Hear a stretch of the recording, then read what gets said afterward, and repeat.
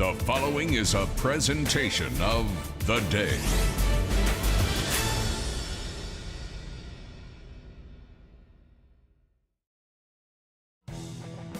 A strong wind is whipping out at Jody Nazarchik Field on the campus of Waterford High School as the NFA Wildcats make the trip to Waterford to play the number 4 team in the state of Connecticut, the undefeated Waterford High School Lancers. Today's girls softball action is live, as always, on game day. Casey O'Neill along with the coach, Liz Sutman, and not just the coach, former Waterford coach and sister to current coach. So you got all the connections in the world here today. Welcome to game day. And we're going to get you in, you've been in the dugout, you've been in the stands, now we're going to get you in the booth. All right, I love it. I absolutely love it. I'm happy to be here. Thanks for having me. The NFA Wildcats roll in at 14-4. They lost earlier in the year to this Waterford team, but so has everyone else. They'll lead off the center fielder, Sophie Miner, then the second baseman, Kenzie Rathbun, the catcher, Aubrey Martin, right fielder, Amelia Driscoll. The pitcher is Dakota Burden, the designated player, Autumn Romaines, the third baseman, Chloe Green, shortstop, Jaden Johnson, and the left fielder, Brooke Stringer. The first pitch from Brielle Kenny is in there for a strike, and we are underway. The defense for Waterford we will set up in a moment as Kenny brings it to Isabella Henry, the catcher, just outside. So Isabella Henry's the catcher, Bella Rush at first base. Gabby Fontaine, the shortstop, Lara D'Angelo is the third baseman. Ava Majeski will play second base. It was going to be Ava Waddington, but we'll just do a switch of Avas, and we'll have Majeski at second. Across the outfield, Charlotte Jessic, Paige Jessic, and Aubrey Willis. The 2-1 pitch, changeup just outside, and a good job by the leadoff hitter, Miner. She's ahead 3-1. Third baseman, DeAngelis, creeps up as Kenny pours in a fastball to fill the count.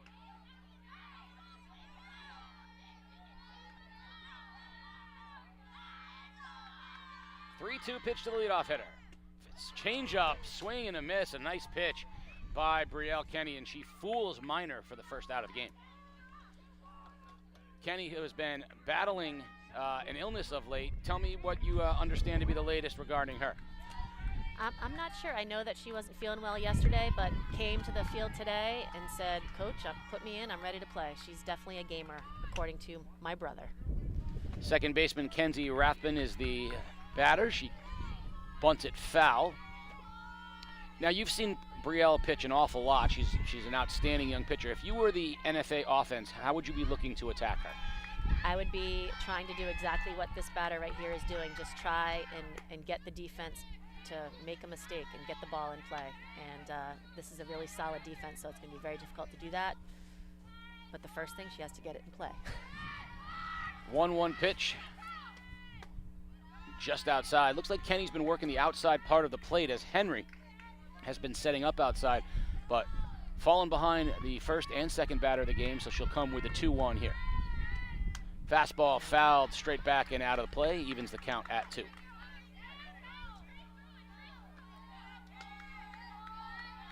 Waterford is in the midst of a very difficult stretch, a lot of games and not a lot of days. They are trying to continue that undefeated run.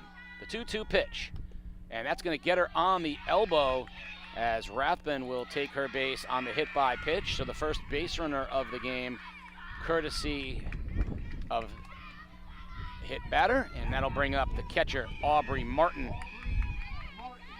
And this NFA team's got a good offense as well. They scored 5 runs in the first matchup against Waterford, so they'll definitely challenge this Waterford defense.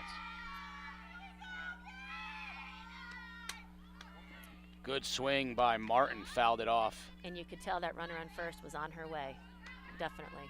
They're trying to make something happen right away, right off the bat against Waterford.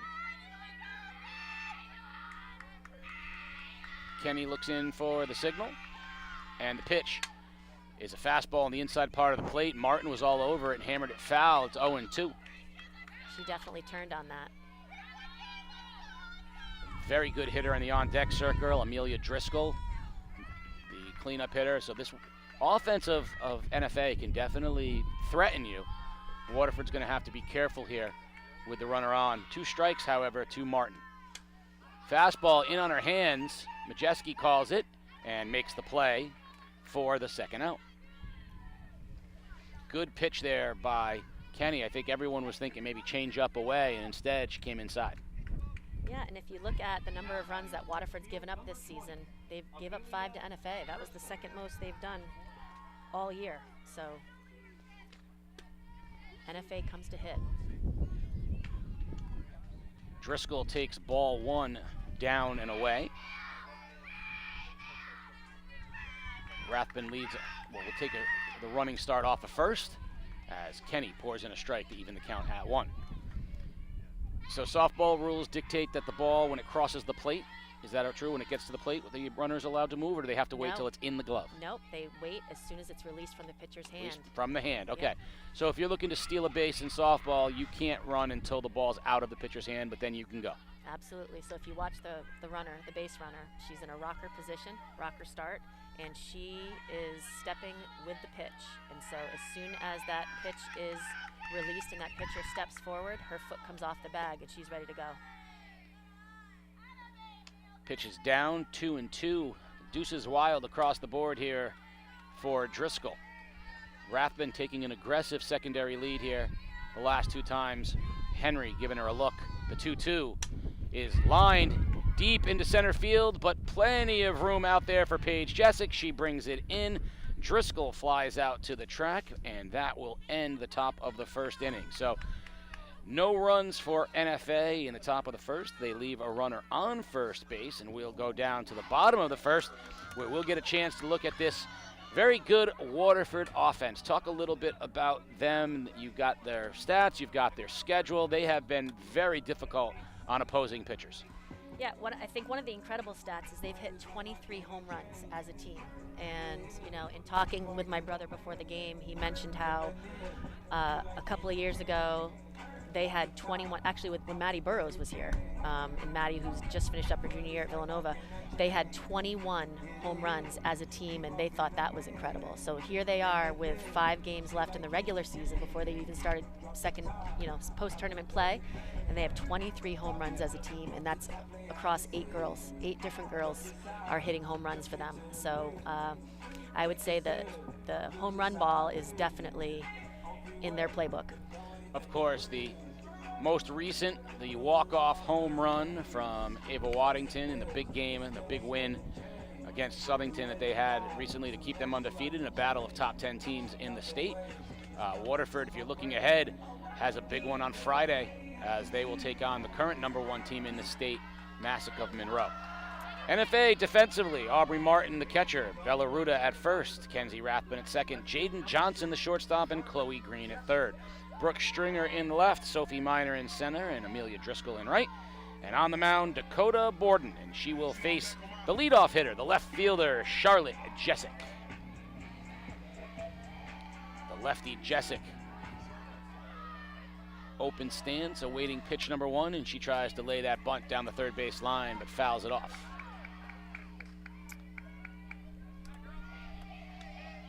Right off the bat, Charlotte is the leader in steals for this team, so she just wants to get on base, and they want her on base. You look at this Waterford softball team littered with players that play other sports of high caliber, of course soccer, and that's a good swing there by Jessic, and she peels it off foul, and quickly 0-2.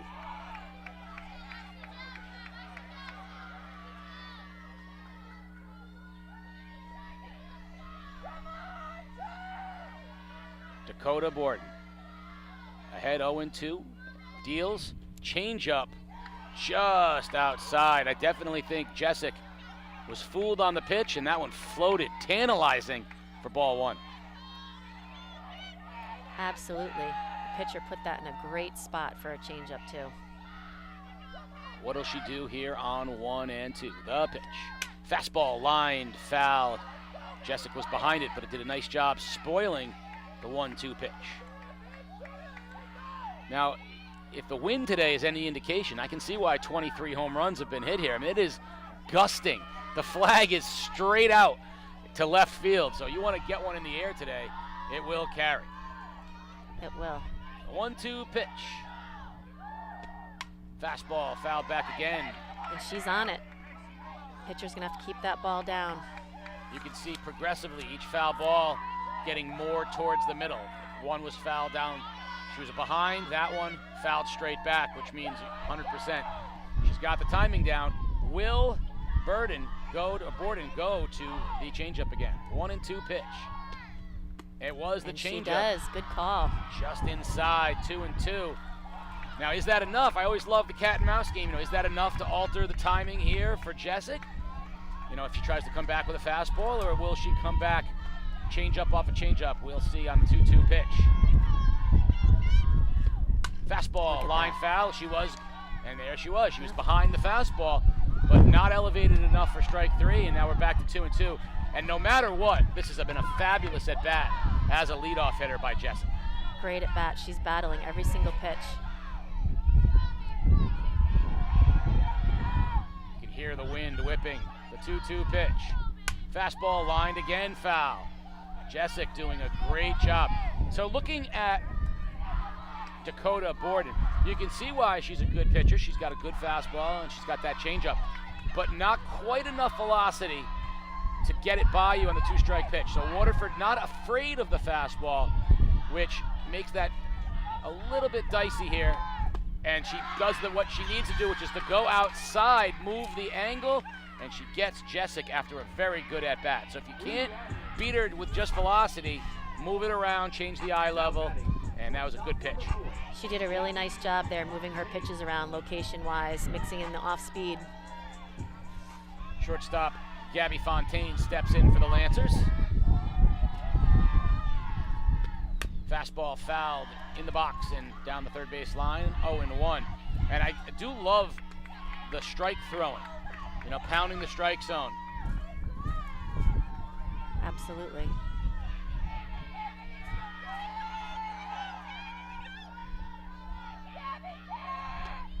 Change up, down low, 1-1. I can see she's kind of throwing a backdoor changeup. 1-1. Fastball, strike. Good pitch from Borden. Fontaine wiggles the bat. And the 1-2. Changeup popped in the air. And in and coming for it, the second baseman Rathbun. She corrals it, and there's your second out of the inning. So that'll bring the hero from earlier in the week, Ava Waddington, as her walk-off home run set this place on fire. And a changeup, ball 1.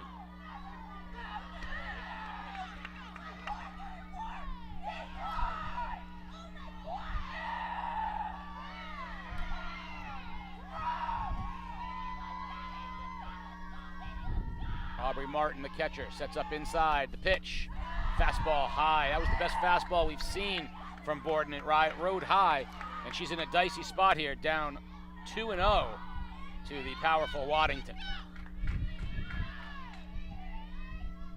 As we said, wind whipping here. Going to make anything in the air an adventure for any of the fielders. And the 2-0 pitch. Fastball high in the air to center field. Sophie Miner. Actually, the shortstop drifts out, and that was Johnston. I thought that was Miner's ball all the way. Johnston called for it, and Waddington is going to reach on an error by the shortstop Johnson, and that's a pitcher's worst fear, is those extended innings, those extra pitches you have to throw when you have an out. And now she's going to have to face the center fielder, Paige Jessic.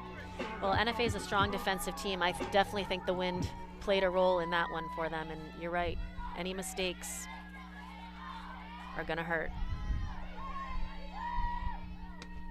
The bunt is bunted foul from Jessic. Well, we saw on the previous pop-up to the second baseman from Fontaine, the second baseman Rathbun came flying in and ended up almost into the pitcher's circle. So that wind, which is blowing out to left, is taking everything away from the infielders. Absolutely. The 0-1 pitch. Fastball just outside. She's really doing a nice job of moving it inside and out, changing the eyes of the batter. Credit Aubrey Martin, the catcher for NFA, commanding the game back there, getting her pitcher where she wants it. The 1-1 pitch. Chopper foul as Jessic falls behind 1-2.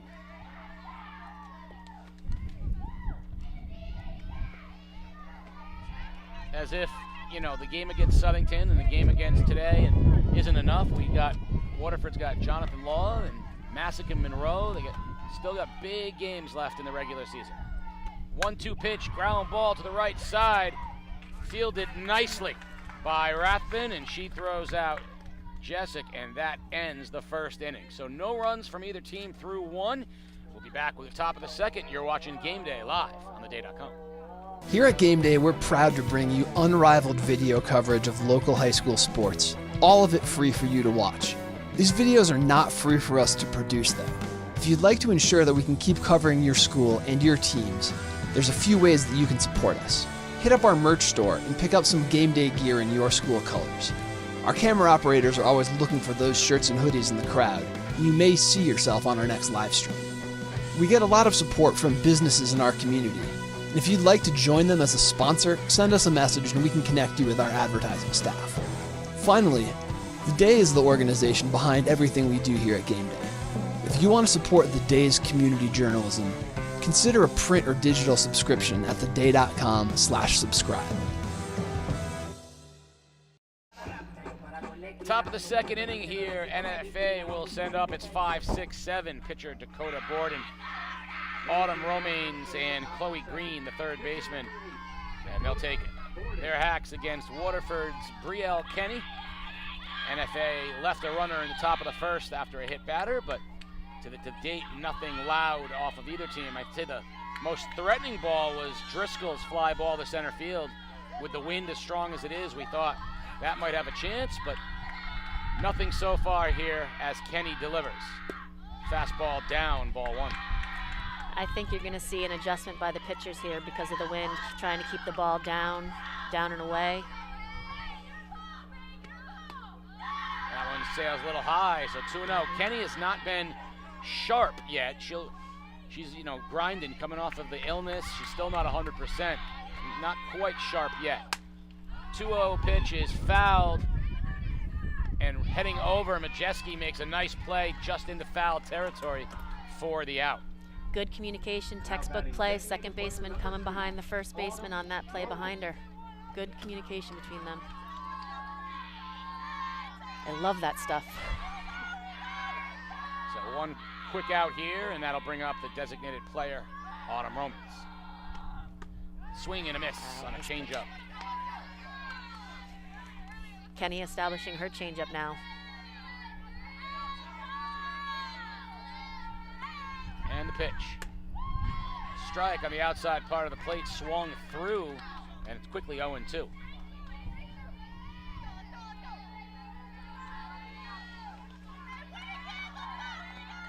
The 0-2 pitch from Kenny. Hammered foul down the left field line, out in front of it. The count remains 0-2.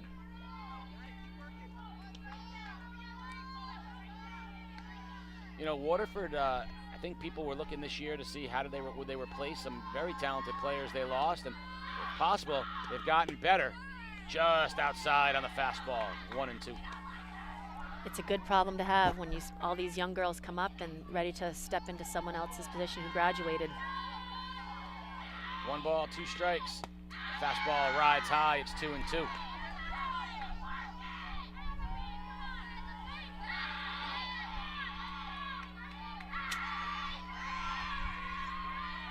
Two pitch. Swung on and missed, strike 3 as Kenny blows the fastball through, and it is 2 outs quickly here in the second. Third baseman Chloe Green will step into the box, the left-hander batting 7th here today in the NFA lineup. Kenny Eyes delivers bunt foul, strike one.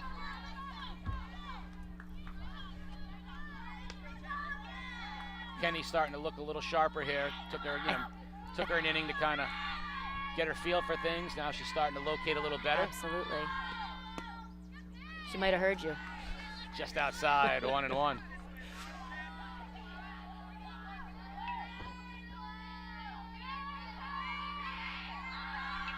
One pitch. Change up just outside, 2-1. Tight strike zone here today. And as long as it stays that way throughout, I'm all for it. I do love a nice consistent strike zone. Absolutely. 2-1 pitch is hammered into the gap, down for a base hit. Cut off by Jessic quickly, and that will hold Green to a sharp single to center field, the first hit of the game for either side. And that'll bring in the shortstop, Jaden Johnson. Number 15, Jaden Johnston.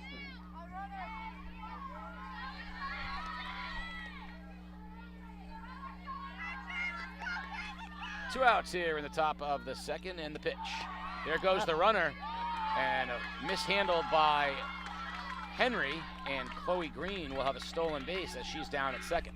In scoring position here with 2 outs. That's what NFA is going to have to do. They're going to have to take advantage of any missteps by the defense.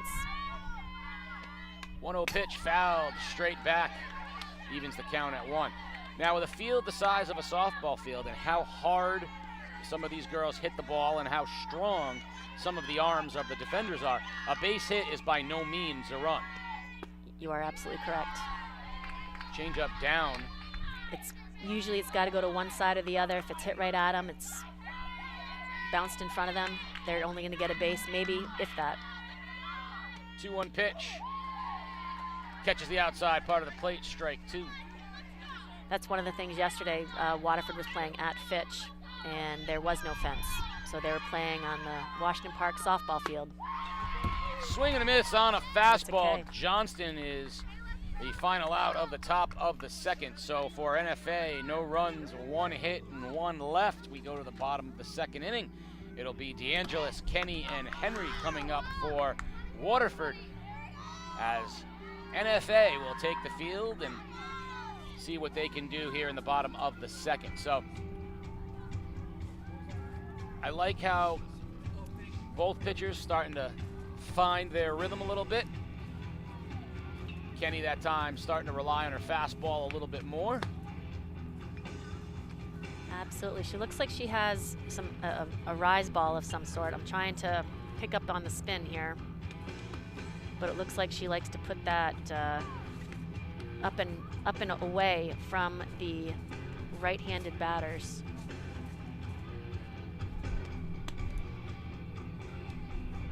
I'm curious to see how NFA's pitcher is going to be handling this strong lineup. I have a feeling we're going to see a lot of change-ups just to get them off balance a little bit.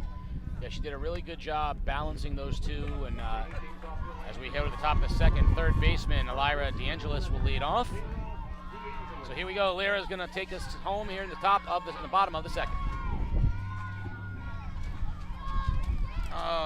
Windy, windy, windy. My paper's whipping away.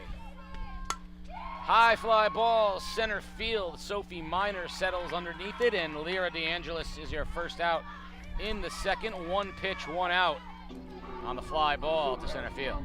Lyra was one of those girls yesterday who would have been a home run on any other field, hit a ball about 270 feet on Washington Park's field.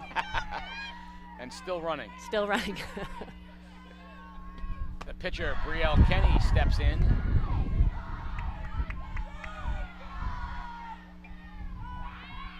Fastball's high, so 1-0 count to Kenny. That was a good pitch, down at the knees, fouled back, and the count evens at 1. You know, we talk about Brielle Kenny being such a strong pitcher, but she also has about 3 home runs on the season here for the Lancers. Powerful young woman, and the pitch, change up, just high, but I think that even the umpire's got to stay in on that one a little longer. That's a floater, and I think if someone sits on that, that could be hit a long way. 2-1 pitch, fastball popped in the air, and out of the reach of Aubrey Martin will even the count at 2. if a batter goes in early and says, I'm going to sit back on that changeup, it becomes the ultimate hitting, piece. Absolutely. Now, you can't do it with 2 strikes because the fastball will be by you, but count now full on Kenny. But if I were a Waterford hitter, knowing that changeup is that much slower than the fastball, I might sit on one early in the count and see if I can get one. Ball 4 to Kenny. That one was very, very close, but she will take her walk. So with a 1-out base runner at first, the catcher, Isabel Henry, will step into the box. Are we doing we have a runner. So we got a runner in? Yep, so Waterford will send a runner, Victoria Adamski, out to run for Kenny so that the pitcher can not have to be running around the base paths. Courtesy runner, love that rule. Absolutely, pitchers and catchers should never have to run. Not to mention it speeds the game up. It speeds the game up. In a good way. I am not one of those people that is looking for baseball or softball to be played in an hour. I don't mind being here for a while, but there are little things that can certainly speed it up. I would like to see baseball take some tips from softball in some of the ways the players move in and out to speed things up. Henry takes a fastball high, ball 1.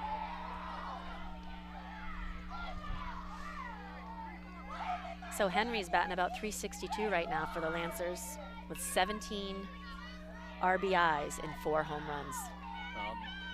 4 home runs, that's a big number. That one's fisted to the second baseman, Rathman. She pulls it in for the 2nd out. And 2 outs, your first baseman, Bella Rush. Who is the team leader for Waterford in home runs? The team leader for home runs is, it's Paige Jessic with 4 and Isabel Henry with, I'm sorry, I take that back. Ava Waddington has 5. Her home run with Southington the other day. Put her up 5. I think it did. 5, 4, 4, that's pretty good. Yeah, those are big numbers. So 2 outs. Runner on first, and first baseman Rush. Fastball down, evens the count at 1. And Bella's a freshman. She's a freshman coming in. I just had her in class 2 years ago in 7th grade. The future's not dim. No. It is bright. The 1-1 pitch. Fastball high, 2-1.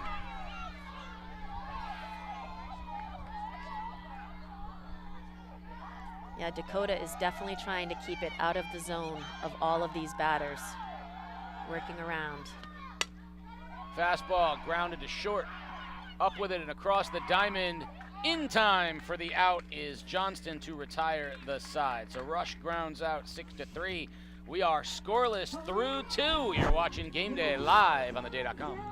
Communities that are no longer covered by local newspapers become news deserts that lack journalists providing government oversight and access to quality information. The Day is committed to providing comprehensive news coverage in every town in southeastern Connecticut, but we've had to scale back coverage in some towns, including Ledyard and North Stonington, due to market forces affecting local news companies around the country. We need the continued support of the communities we serve to help fund additional staffing that enables us to provide the kind of coverage our readers expect in every town in the region. If you'd like to support the Day's News Desert Fund, please visit givebutter.com/theday.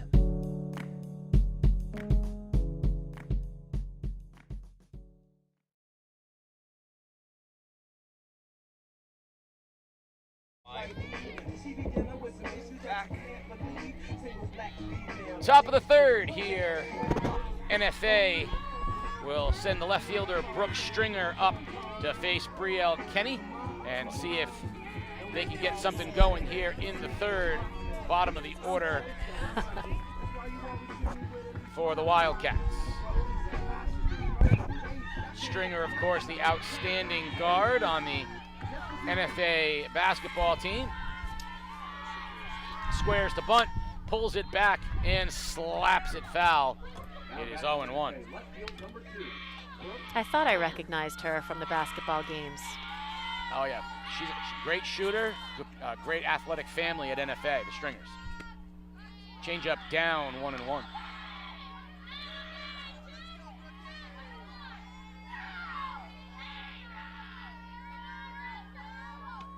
Fastball sails high. Kenny got under the riser, Yeah.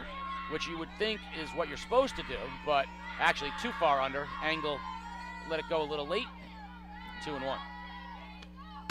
Good pitch there by Stringer, evens the count at 2.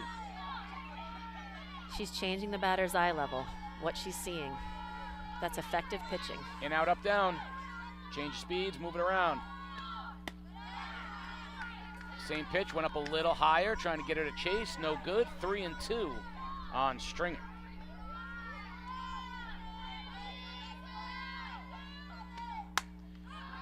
High pop-up on the infield. The pitcher, Kenny, takes it, and Stringer is retired in the third on a pop-up. And we'll be turning over the lineup. Back up top to the center fielder, Sophie Miner. She struck out leading off the game, and she'll be looking to put this one in play. The third baseman, DeAngelis, creeping up. There's a bunt, but it's right back to Kenny. Fields throws and got it. That is a nice play by Majeski to get over from second base and get there. Got her foot down, and that's your second out. Textbook defense, ball first. Everyone's going after the ball first. The pitcher usually is one of the last people to cover the bunt unless it's right back at her, and she got it, did what she had to do, and the second baseman was where she had to be. That'll send up the second baseman, Kenzie Rathman. Now, Rathman got hit by a pitch in the first and was the base runner. Now we're going to get some help here. I think they want to see if the foot by the second baseman, Majeski, was on the bag, so the umpires are going to talk a little bit here and confirm that, in fact, the foot was down. Now, I've always had a theory that when that happens, the first base umpire comes over and says, "So, what are you thinking, Mr. G's tonight, or maybe over to Philomena's for a little chicken parm?" And he goes, "Yeah, I'm going to nod my head like we're talking about something else, but chicken parm sounds really good right now." That's just a theory. Fastball right by Rathman for strike one. There might be something to that, Casey. I just feel like it's what I would do when my call's questioned. 0-2 on Rathman as Kenny looking to do something, catch the pop-up, field the ground ball, and strike the third person out. That would be the all-round inning here from a pitcher in the top of the third. And she does it on a changeup. There you have it. Gamer. Swing and a miss. Rathman is your out. So a quick 1-2-3 inning for Kenny. We head to the bottom of the third. It'll be the 9-1-2 for Waterford as they're going to look to try to get on the board. They've had a base runner in each inning, but they have not yet been able to crack the scoreboard, nor do they have a hit. So it'll be Majeski, Jessic, and Fontaine in the bottom of the third, facing Dakota Borden, who has been really, really good.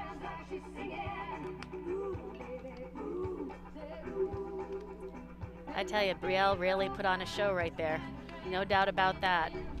Showed the versatility, athleticism, catching the pop-up, good fielding skills on the plate of first, and then the pitching prowess. Absolutely.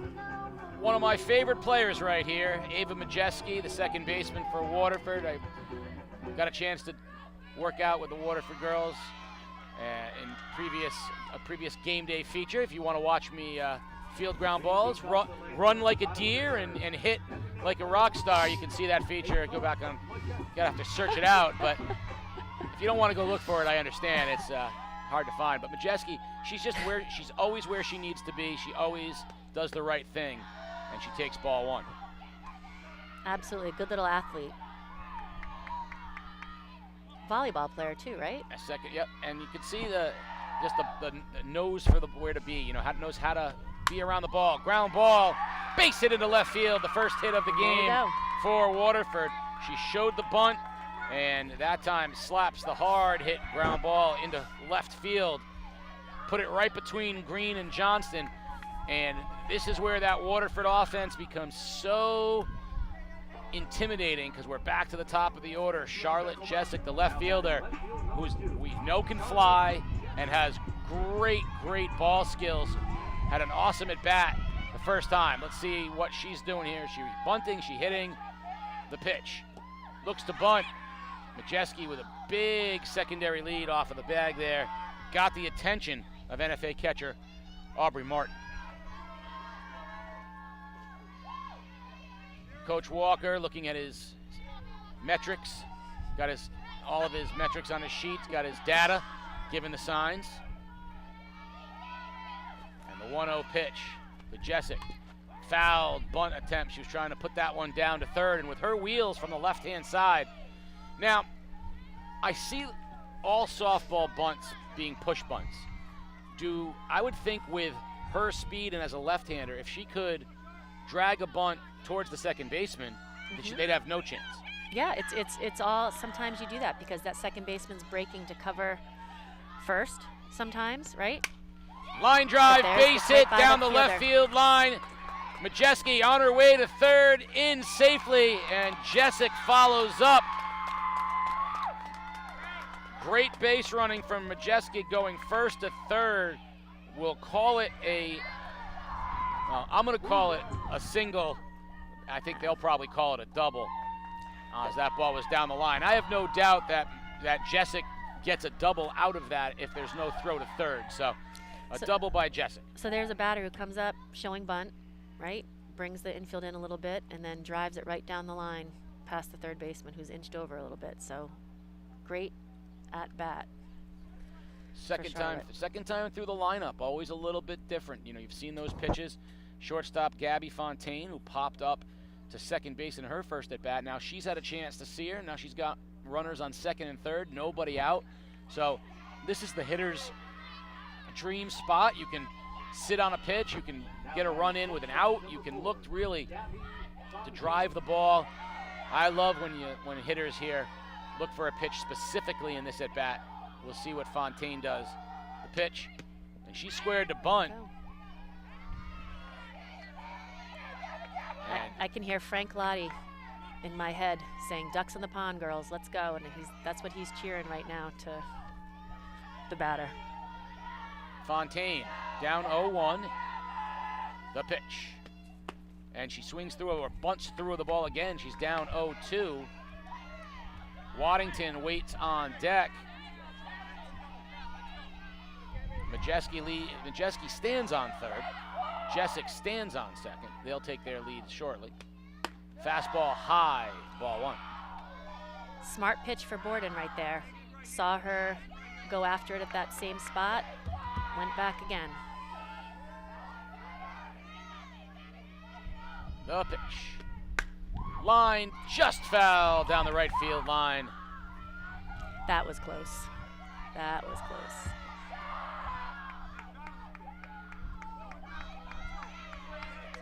Now you hit to the right side, you get 1 run in, 2 runs in.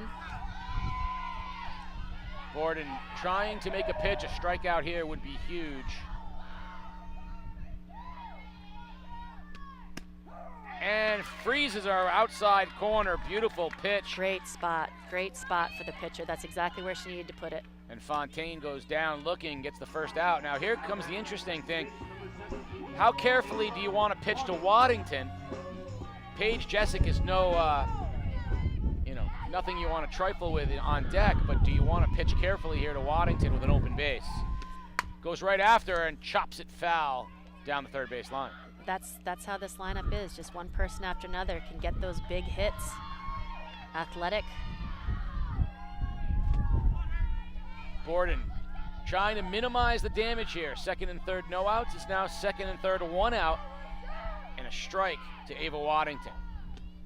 Fastball, high fly ball, left field. Stringer settles, has it. Throw to the plate is offline, and scoring the first run of the game is Ava Majeski. It is 1-0 Waterford, and wisely Charlotte Jessic moves up to third on the sac fly from Waddington, the first RBI of the game. So Jessic in with a runner on third, now with 2 outs. Borden doing a nice job so far minimizing the damage. Waterford looking for the big hit. Jessic grounded out to second in her first at bat. And what a difference it would be if Borden can get out of this with only the one run. I would call that a job well done. Absolutely, and you saw that fly ball. It's one thing for the ball to be holding up in the air, but then it was very hard for the fielder to get that ball in and keep it down. I always like when my cleanup hitter tries to bunt with a strike on her. This is where softball, and I don't question it, softball is a different animal. Yes, it is. So, for good reason. There's no judgment here. Just, if you're batting fourth, and you lead the team in home runs, I'd rather you do that right there. Ground ball. That's going to get through and score the run as Jessic comes through with a hard hit ball. We're going to call that a single. We'll see if the official scorer does the same. And like so many other times we said it in soccer, Paige Jessic driving in Charlotte Jessic as the Jessic girls doing it again. We're going to call that a hit, and it is, at least I'm calling it a hit, and it's now 2-0 Waterford and a big pickup as Lyra DeAngelis will step in. She shows bunt so that Jessic can run and steal second base. Beautifully done. Paige Jessic is in scoring position for DeAngelis. DeAngelis flew out to center field in her first at bat. That's one of those coaching decisions right there offensively. If the bunt starts to work and it kind of rattles everybody, you keep doing it until they get it together. Ball outside, 2-0 to DeAngelis. So DeAngelis in the driver's seat. Kenny, the pitcher, waits on deck.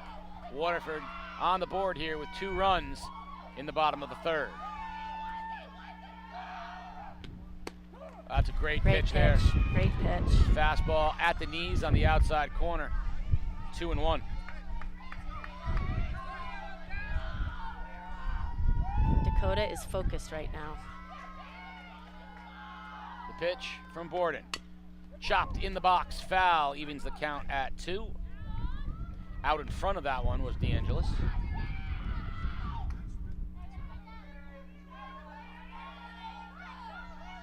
All-world coaching right now. Third base, Andy Walker. First base, Sarah Bassetto. Not bad. Not a bad coaching duo out there right now. The 2-2 pitch is lined into shortstop is there. Johnston, I thought that had a chance, but Johnston got over and DeAngelis lines out for the final out of the third. But Waterford's on the board. It's 2-0 Lancers as we head to the top of the fourth. You're watching Game Day live on theday.com. Last year, Waterford senior number 4 on the grade 8, the Olympico kick. I'm here with Cam Dickinson. I don't think she can pull it off. It looks way too hard. I think it was a fluke. Get it done. I got it.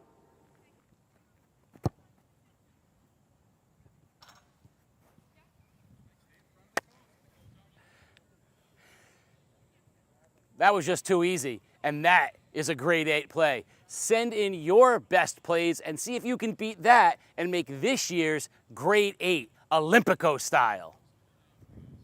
Relive a century of history from the perspective of southeastern Connecticut with the new hardcover book, Front Page News, a century of big stories in the day, 1881 to 1981. This 136-page limited edition book captures the pulse of a region and a nation, showcasing the day's most iconic front pages from its first 100 years. Order today at theday.frontpagesbook.com. Martin. Top of the fourth here at Jody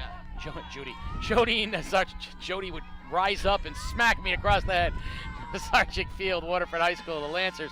2-0 as we head to the top of the fourth. The catcher, Aubrey Martin, leads off for NFA. Fakes the bunt, pulls it back. And a nice job as Isabel Henry, the catcher for Waterford, gets the mask off quickly. And catcher retired by catcher for a quick out on one pitch.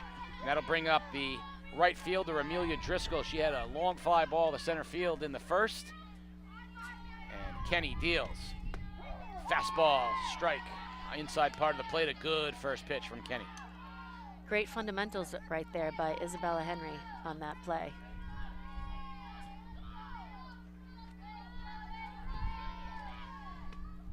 That ball is hit off the hands a little bit and foul down the left field line.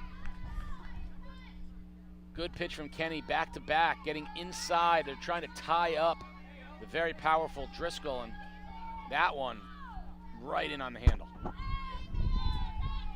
So I believe the count is in fact 0-2, and it is, though don't pay attention to the Waterford High School scoreboard. The 0-2 pitch is the changeup down. Now I love what Isabel Henry just did right there. Despite no one being on base, 2 strikes, ball in the dirt, dropped right down, fundamental, blocked it, you never know. I love the repeating the habit.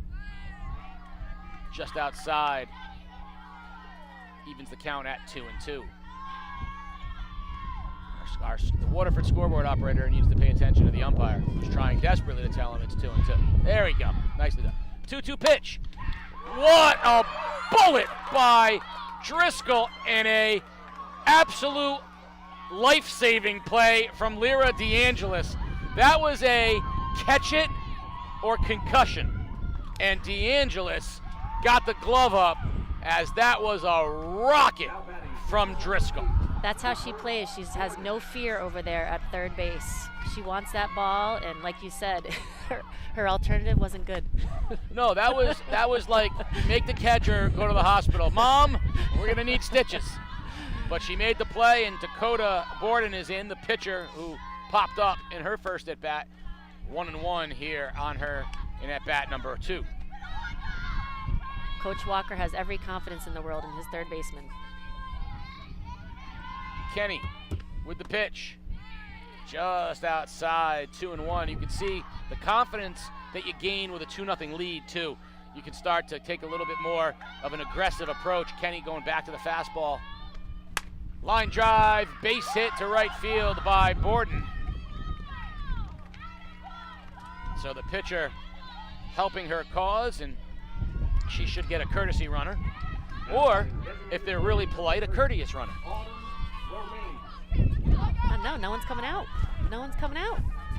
So I guess they have no courtesy or no one courteous. The designated player, Autumn Romaines, steps in, and she takes a change-up down. She struck out in her first at-bat. I don't know, Borden definitely seems like the type of player who wants to run the bases. 0-1 pitch from Kenny. Fastball lined in the gap. Jessic on the run, comes in and makes the catch to retire the side. So Romaines got it just off the end of the bat, which let it kind of hang in the air just enough for Paige Jessic and that fabulous speed of hers to come in and retire NFA in the 4th. So for the Wildcats, no runs, a hit, and 1 left. And we head to the bottom of the 4th inning. It's still 2-0 Waterford, and they will be sending up the pitcher, Brielle Kenny, the catcher, Isabel Henry, and the first baseman, Bella Rush, the bottom 6, 7, 8, as they'll tackle Dakota Borden, who has done a very good job thus far minimizing the damage, and I think even got a little bit unlucky. This very easily could have been a 1-0 game instead of a 2-0 game. She's minimized the damage well in that 3rd inning. I agree. She's throwing the ball, keeping it down, putting the ball in play. See, I see that fastball she's throwing in warm-ups right there, and I'm thinking, why is that? Why is she not employing that pitch more? Because that pitch is high, not high, but it's up in the zone, outer part of the plate.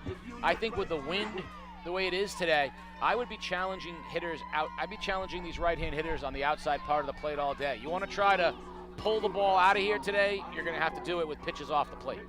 Absolutely, I agree with that. Those did look like they had some good pop there. We may be seeing that this inning. Kenny walked in her first at-bat. Pitcher versus pitcher here to start the bottom of the 4th. Change-up, down, ball 1. I think what I've seen today is that the wind, though it looks like it should be helping, is only helping balls hit directly to left field. Even the balls to center hanging up a little bit. Soft ground ball to 3rd. Up across the diamond green to Ruda, and Kenny is retired for out number 1. Yeah, definitely Dakota jammed her on that pitch. Great spot for a pitcher. The catcher, Isabel Henry, steps in. She popped up to the second baseman, Rathman, in her first at bat. One out here in the bottom of the fourth. The pitch, ground ball to the first baseman. Ruda takes it, steps on the bag. Two very quick outs here in the bottom of the fourth, and first baseman Bella Rush. And you got to think about it. I mean, this is a turf field. These girls don't play on a lot of turf fields. Well, obviously Waterford does for all their home games, but you don't see too many still across the state. So it definitely does make the ball come off the bat faster. Change up.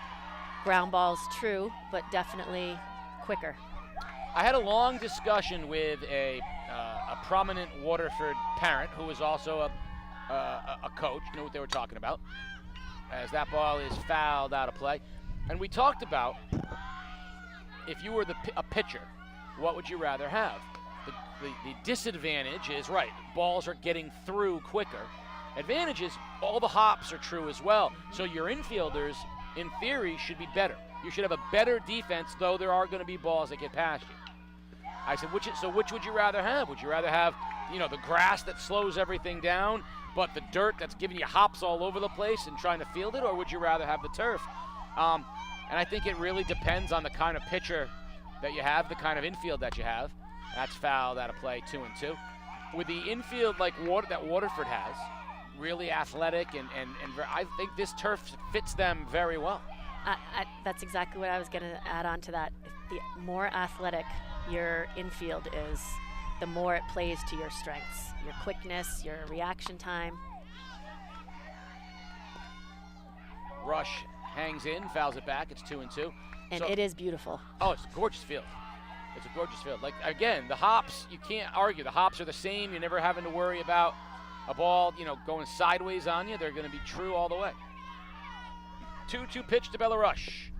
And so many of these girls do play travel softball. They do play on a lot of turf fields, indoor facilities and stuff like that. So they're not, it's not completely foreign to them, but it definitely is an advantage, I think, for Waterford in this instance. Ground ball to third. Green up with it across the diamond to Ruda. That will end the inning. So for Waterford, they go down 1-2-3, and we are through 4. NFA hanging around. It's 2-0 Lancers. You're watching Game Day live on theday.com. Last year, Waterford senior number 4 on the grade 8, the Olympico kick. I'm here with Cam Dickinson. I don't think she can pull it off. It looks way too hard. I think it was a fluke. Get it done. I got it.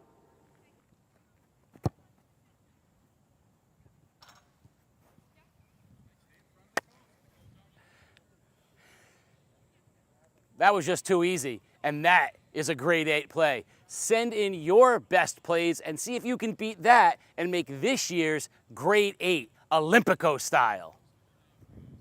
Relive a century of history from the perspective of southeastern Connecticut with the new hardcover book, Front Page News, a century of big stories in the day, 1881 to 1981. This 136-page limited edition book captures the pulse of a region and a nation, showcasing the day's most iconic front pages from its first 100 years. Order today at theday.frontpages. Chloe Green will lead off. She's singled for the... And Brielle Kenny just outside ball 1.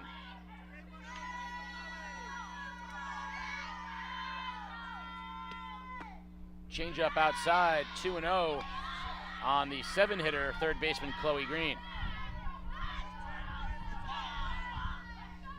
Kenny, 2-0. Fastball high, 3-0, and with a 2-0 lead, the last thing you want to do is walk anyone, let alone the leadoff hitter, as we head to the bottom of the order here for NFA. A get-me-over fastball puts the count at 3-1. That's exactly what that was.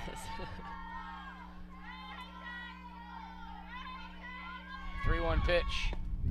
Outside, ball 4, and Green leads off the 5th inning with a walk. Almost the same spot, but a little more outside. And that's going to bring up the shortstop, Jaden Johnson, struck out to end the 2nd inning, and definitely a spot here. We're going to get a pinch hitter. Olivia Borden will pinch hit for Johnson. So a pinch hitter here for Shortstop, Jaden Johnson, Olivia Borden. If I had to guess, I'm going to guess the sister of pitcher Dakota Borden. I was just going to say the same thing. So Chloe, good job, Casey. Thank you. So Chloe Green will lead off first. And Borden, the pinch hitter, will step in here with nobody out in the top of the 5th. Kenny, knowing the pinch hitter fresh off the bench is in, and pours a fastball in for strike 1.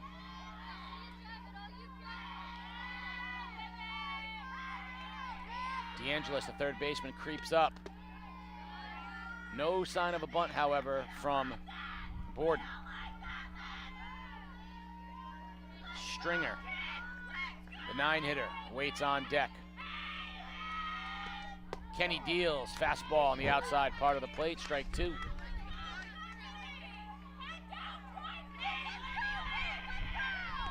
One-two, Kenny looks in, Borden awaits, swings through the fastball, beautiful pitch by Brielle Kenny, and Borden is retired. That'll bring up the left fielder, Brooke Stringer.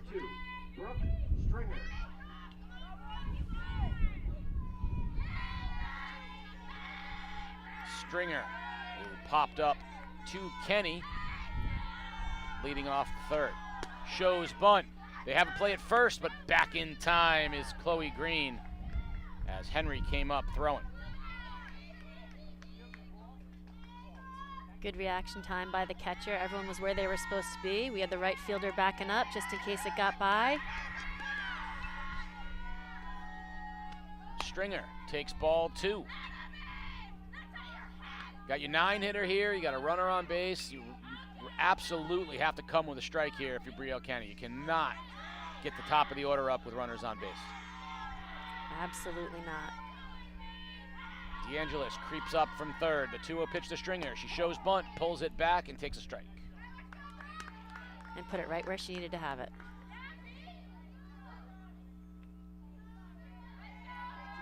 2-1. Runner on first is Green. Kenny delivers. Stringer fouls the bunt back, evens the count at 2. That should take the bunt away.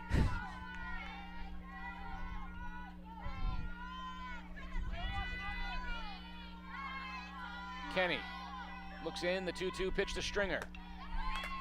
Strike 3, swinging through what I believe was a off-speed pitch, maybe a little off the fastball for the 2nd out. And we'll head to the top of the order. The center fielder, Sophie Miner, struck out and hit a ground ball back to Kenny on a bunt. Fakes the bunt again, runner goes, Green and steals 2nd. Strong throw from Henry, but Chloe Green steals the bag. That's her 2nd stolen base of the game, so she clearly has the green light to run and is in scoring position. 1 strike on Miner. Miner off the fists, and a diving play at short by Gabby Fontaine retires Miner. Nice play by Fontaine on a soft liner. That could have been trouble, but Fontaine got there and held on to the ball when she hit the turf. So again, we say 1 runner left on, so a walk goes on it. No capitalization there from. And just commenting on that play, Casey, Fontaine was starting to break a little bit because the runner was on 2nd. She was breaking over toward 3rd, had to come back and get that ball. That could easily have just dropped in. That could have been trouble. Great defensive reaction on that one. So bottom of the 5th, and we'll have Ava Majeski leading off. It was Majeski who singled and scored the first run of the game for Waterford in the 3rd. She'll lead off here in the bottom of the 5th in a 2-0 game with Waterford on top. Leading things off the lanes is the bottom of the 5th. Designated player number 14, Ava Majeski. Majeski. So a little side note, I believe her father played baseball at UConn. Good lineage. There you go. Fastball high, ball 1.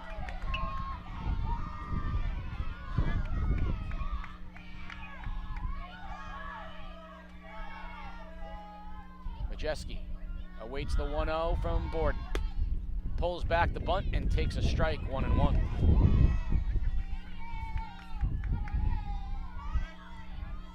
Very windy day here at Waterford, affecting, I believe, both offenses.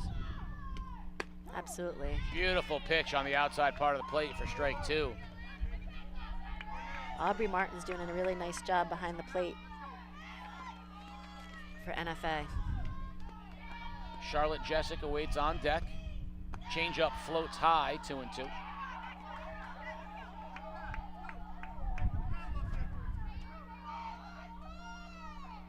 Two-two pitch coming to Majeski. Fastball fouled out of play. His count remains 2-2. Right off the hands, nice spot there by the pitcher.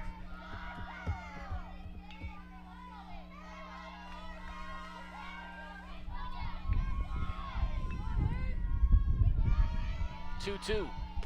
Fastball lined, and a nice catch by Johnston at short on a wicked line drive from Majeski. Perfect timing. She had a little bit of hang time on that one to get that.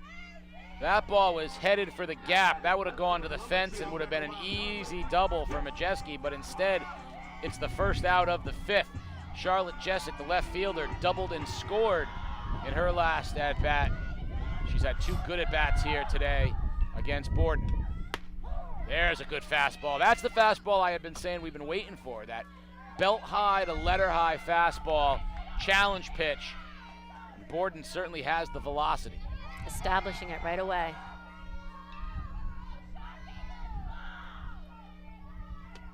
Fastball high, 1-1.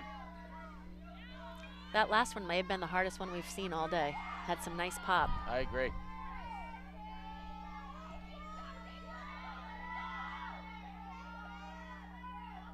The 1-1 pitch.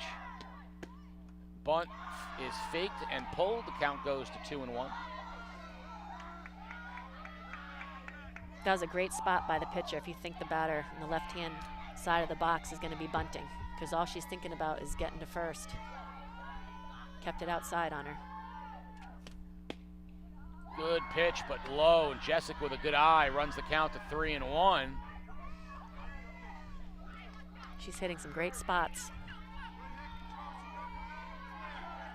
Good discipline by Jessic. Jessic in the driver's seat, 3-1, back up the middle, base hit, good piece of hitting by Jessic. She sat on that 3-1 fastball, and with her wheels at first base, she's a threat to go, and she'll get it into the middle of the Waterford order. Here comes the shortstop, Gabby Fontaine. You know, I mentioned earlier the number of stolen bases that Charlotte Jessic has. She has 20 stolen bases. I'm gonna go out on a limb and say she'll be running here within the first pitch or two. Fontaine shows bunch, there goes Jessic. Pitch is good, throw is good, slide is good, and she is safe. You can't do any better than Aubrey Martin did right there as the catcher. That was a hard fastball, and she put it right on the bag, but Jessic, with a good late slide, steals the bag. I was going to add, hasn't been caught stealing all season. Yeah, I'm glad I waited. Because that was close. That was very close. Fouled in the box by Fontaine, evens the count at 1. Jessic got a great jump. She was off and running. She's got great speed. And that was the throw was as good as you can ask for with quick Perfect timing. And Jessic wisely with a late slide to get every bit of time that she could using those wheels. And that's one of the other adjustments you have to make on turf like this. Holding on to that bag, you might go right past it. Fastball down, it's 2-1.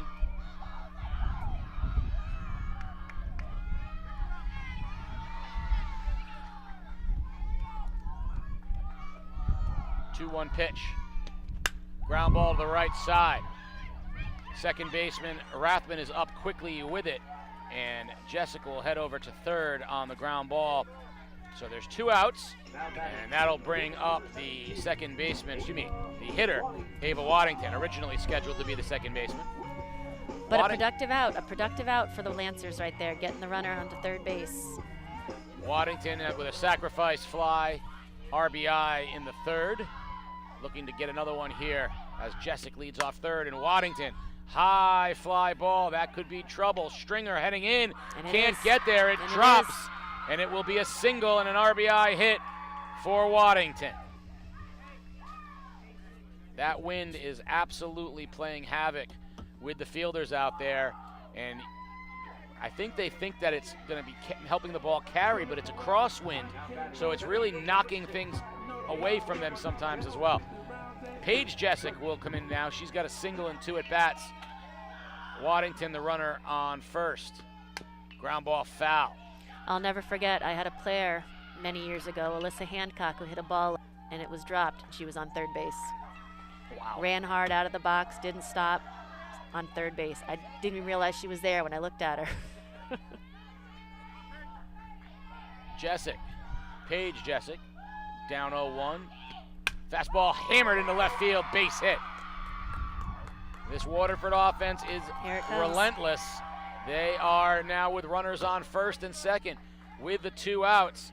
They should have been out of the inning, and Lyra DeAngelis, who's a powerful hitter in her own right, hit a line drive to short and a fly ball to center field. She's looking to get a big pickup. This would give Waterford a bunch of breathing room if she could get a hit here with runners on and 2 outs.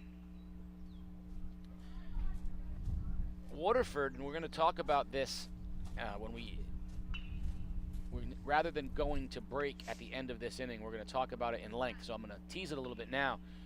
I find what Waterford has going on right now interesting. They're undefeated, and that becomes the elephant in the room sometimes about how important it is to be undefeated.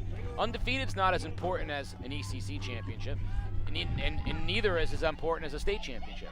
And sometimes they're at odds with each other, and we'll talk it through. Off the fists, and the pitcher, Borden, gets it. DeAngelis is retired, and that'll end the 5th. But Waterford tacks another one on, and it is 3-0 through 5. So the undefeated thing is great.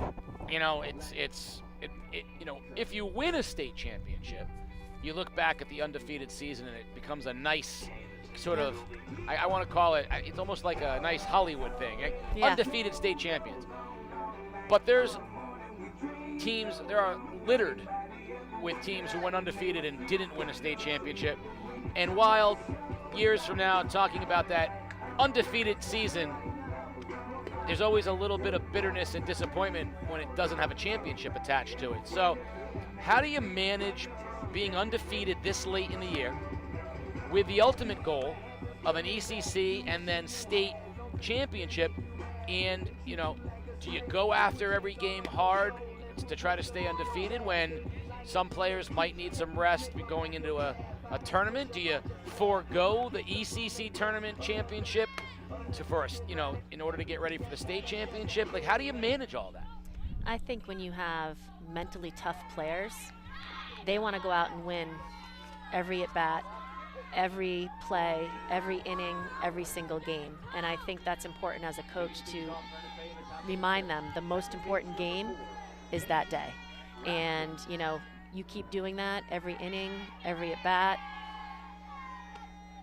it's going to translate into that long-term success, that end game. Kenzie Rathbun, the second baseman, up and a strike on her. Strike 2 on the good fastball from Kenny. I think that's good, but I'm gonna keep pushing on you on that. That's from the player's standpoint, and that's great. From a mental standpoint, they're going to try to win every game that they're in, and I think that's true. But from a coaching standpoint, you got players who are nursing injuries that they can play through. You have to make the decision. Is it worth, do I want the undefeated season? Do I want the ECC championship, just high? Or, you know, obviously I want the state championship, but what do you give up? Do you give up the potential undefeated season? Do you give up the potential ECC championship? How do you manage those players? Soft fly ball into left, but Fontaine, covering a lot of ground, gets over there for the first out. Again, great defensive play by the shortstop coming behind the third baseman there. These girls know where they're supposed to be on this field. That was fantastic. But as far as the undefeated season, you know, I'm just talking about from my experience Yeah. and how I see things, is I want to win every single game. And, you know, as far as healthy players, resting players, it is a long season, I guess, with crazy weather and nagging injuries, but you just have to see who's best on that day. And that one's in the gap, and it's cut off by Jessic, brilliantly holding Martin to a single. Now, that's the kind of thing, by the way, those are the kinds of plays. You talk about 2 plays on back-to-back at-bats. Fontaine ranging almost behind the third baseman to make a play, and Jessic all the way to the to the flagpole to turn what should have been a double into a single. Little things like that are the defensive things that win games. absolutely, and the defensive things that win championships too. So, you know, you got to make all those little plays. You got to do those backup every player, ball-based backup. You have a role every single pitch, every single hit. Amelia Driscoll's up. Now, her last at bat, she hit maybe the hardest ball of the game right at Lyra DeAngelis, who was quick enough to make the play. She's ahead 2-0, and she is dangerous. Pitch is down, and I wouldn't be surprised if they avoid going right at Driscoll here, even if it means putting the tying run into the batter's box, because Driscoll is very, very dangerous. She is. She definitely had a nice sting on that ball before. But I have a feeling Brielle Kenny wants her. Well, Kenny doesn't know how to avoid, going at anybody. She's bulldog is the best word that she might be a lancer, but she's a bulldog. Absolutely. 3-1 pitch. Fastball high. All right, it's all right. And so runners on first and second, and that'll send up the pitcher, Dakota Borden. And she singled on a hard ball into the outfield in her last at bat, so that's going to send the tall, handsome coach of the Waterford Lancers, Andy Walker, out to the mound. Going back to this, okay, I'll give you a specific example, okay, because you're very, very good at answering with coach speak, but I'm going to keep pushing you now. Okay. Brielle Kenny was sick. Mm-hmm. Right? You're undefeated. You got 1 game left. She's sick. She probably shouldn't pitch. She's going to tell you she wants the ball because she doesn't know how to avoid that. Mm-hmm. And if she goes out and pitches, you might be able to salvage that undefeated season, but it's going to weaken you for the upcoming ECC tournament because she could go out and it could be detrimental. She should rest. Mm-hmm. So I'm going to see if I got what you said last time. Into center field, Jessic in hard, makes the play, and the runners will hold. That's a big out there by Kenny. So you want to put the best player out there. So you would be saying, well, on this day, Brielle doesn't give me my best chance to win because she's sick, so someone else needs to pitch? Or is it Brielle still might give me my best chance to win, but she's sick, so someone else is going to have to go out and step up in this particular situation? Well, it definitely depends who my number 2 is, no doubt. But if she is capable of going out there, I got to put the ball in her hands and see what she can do and give me as much as she can. And that's kind of one of the things. You got to give me 100% of what you have. And if 100% of what she brings on that day is better than what my alternative is, then I go with it. And deal with the consequences after.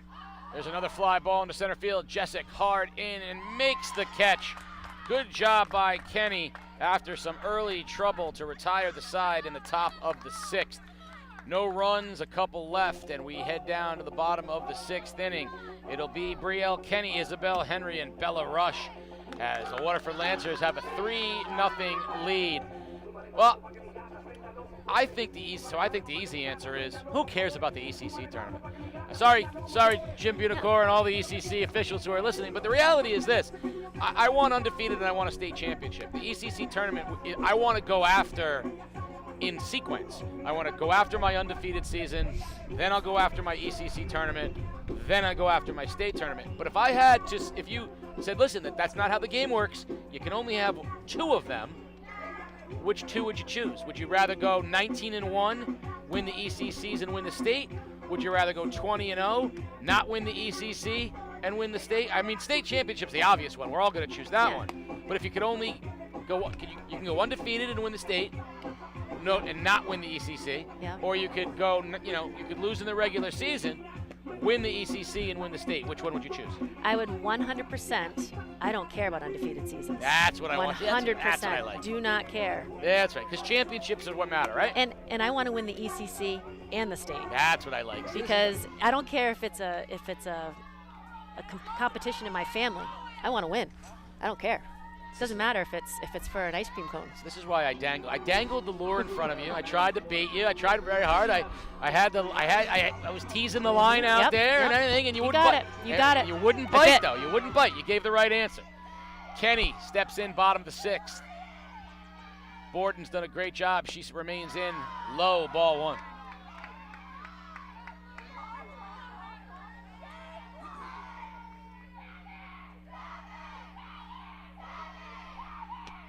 Ground ball foul, evens the count at 1. Mishandled by Walker. He was always much more of an offensive player. He never could play any defense. He was too much of a utility. They had him playing too many positions. That's right. 1-1 pitch coming to Brielle Kenny. Change up. Great pitch. Just off the plate. Great pitch, though. Good set. 2-1.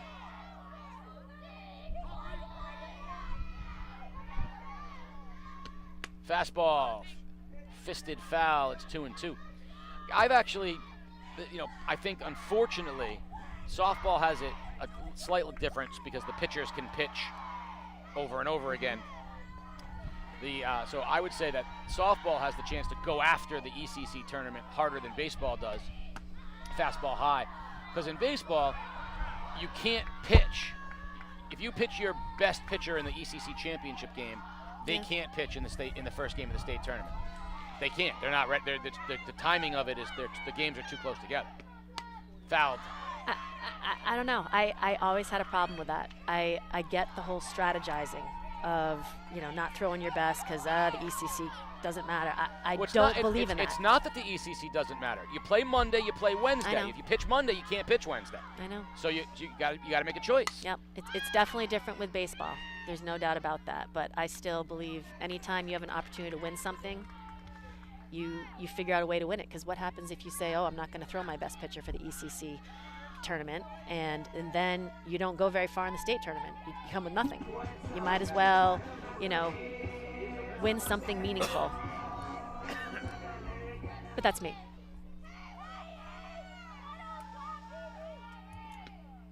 How many softball state championships have you won? 3. You know how many I've won? I'm not gonna argue with you. I'm not gonna. No. Last time I checked, that's why you're sitting to my right. You're the expert. High to Isabel Henry. Count is 1-1. No, I think there is a fundamental difference between baseball and softball in so much as so I would love to find a way to get the ECC championship game in a place where it doesn't have to conflict with the opening game of the state tournament, because I do think more teams, because we have seen JV kids in relief pitchers throwing in the ECC championship games because they can't, their best have to go fouled. And the other thing too is if by your theory, okay, you're throwing your best pitcher in the ECC tournament, they might not pitch in the championship game because they might be going in the semifinals because you got to win that game. Yep. So in baseball, it's hard to mix and match, but most coaches throw their aces early, get a win, and then save them for the state tournament. Nice pitch by Borden for strike 3, getting Henry, and Bella Rush will step in. So I do think because of the timing of it, it makes more sense. I can only pitch my ace in one of 3 ECC tournament games. I'm going to pitch them in the game, maybe the semifinal game, to get me to a championship, because then they're in line to pitch in the state tournament. If we could find a way to get the ECC, tournament championship 5 to 7 days away from the states, then everybody's healthy going into the states and everybody rolls in full time. Yeah. No, I get it. Pinch hitter in the ball game, batting for Rush is Victoria Adamski. Now, she was the pinch runner earlier. She's stepping in here, and she'll get a crack at it. She is, if I am not mistaken, I believe she is also a freshman. She is a freshman. Swing and a miss, and she was hacking at that high fastball. So here she is with her limited number of at-bats, and she's batting .583. So in her at-bats with 12, she's making the most of them. Swinging through that one, and that's why, because she hacks. We love her. We love her already. She's up there hacking. Now, I have it on good authority that people have asked, why doesn't she play more? She's a freshman. She's developing. There's only so many that can play. She is going to be someone to keep your eye on. She's going to be a starter for Waterford next year for sure. But right now, she is learning on the go. She strikes out to end the 6th. So we're going to head to the top of the 7th. Waterford looking to close out the shutout. It's 3-0 Lancers. You're watching Game Day live on theday.com. Last year, Waterford senior number 4 on the grade 8, the Olympico kick. I'm here with Cam Dickinson. I don't think she can pull it off. It looks way too hard. I think it was a fluke. Get it done. I got it.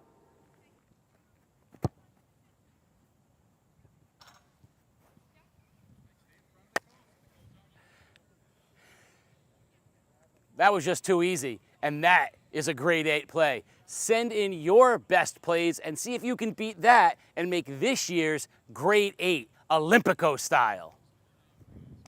Relive a century of history from the perspective of southeastern Connecticut with the new hardcover book, Front Page News, a century of big stories in the day, 1881 to 1981. This 136-page limited edition book captures the pulse of a region and a nation, showcasing the day's most iconic front pages from its first 100 years. Order today at theday.frontpagesbook.com. Brielle Kenny looking to pitch the shutout here. Literally, she faces Chloe Green, been on base 2 times with a single and a walk. And the third baseman for NFA steps into the box here in the top of the 7th. Last chance for NFA. Fouled off the end of the bat. It is 1-1. So one impressive statistic about Brielle Kenny is that coming into today's game, she had 167 strikeouts on the season. That is impressive. And I don't think she's back to 100% yet with her full stuff. And she is battling pitch to pitch. I've watched, I haven't watched as many as you, but I've watched a significant amount of high school softball. She's not the pitcher that eye pops you, which, good pitch. She's not the one, there's some that the fastball comes out of their hands and you go, oh my. And there's others that have, that crazy windup that, she is, repeats her delivery, all the spot. Another strike right there to strike out Green, a big out leading off the 7th. And at the end of the game, you look up and you go, she's throwing a shutout. Yeah. And she strikes out a lot of batters. She keeps the team in the game. And so, she's going to go down as one of the great pitchers in Waterford history with the amount of games that she's been in and won. She's been pitching big games since she was a freshman. Absolutely. I was thinking the same thing, Casey. I'm thinking back to even just the girls who played for me, the girls who have played for my brother, and she is ranked right up there. There's no doubt about that. Now batting for NFA number 1. Got a pinch hitter coming in to pinch hit is Ava Temple. So Temple will pinch hit here with 1 out in the 7th. Kenny, strike on the outside part of the plate. I remember they were trying to find ways to get her on the mound because the team was better as a freshman when she could pitch. It allowed them to have their best team out there. But they're like, how much can we let a freshman pitch? And so, you had Maddie Burrows, and then you'd get Brielle, and Brielle would step up and pitch great. And, you just couldn't get her off the mound. Every time you gave her an opportunity, she seized it. She established herself early, showing that she wanted to play, she wanted to be in the circle, she wanted the ball. Change up, strike And 3, that's why. and Temple goes down for the 2nd out. So Kenny looking to finish off the Wildcats in style. She'll face left fielder Brooke Stringer. 0 for 2. Kenny has given up 3 hits, but no runs, and is 1 out away from a shutout. Lined foul down the left field line by Stringer. Great swing. No quit.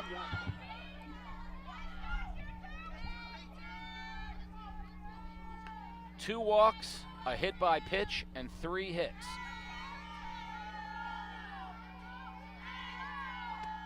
Fastball high.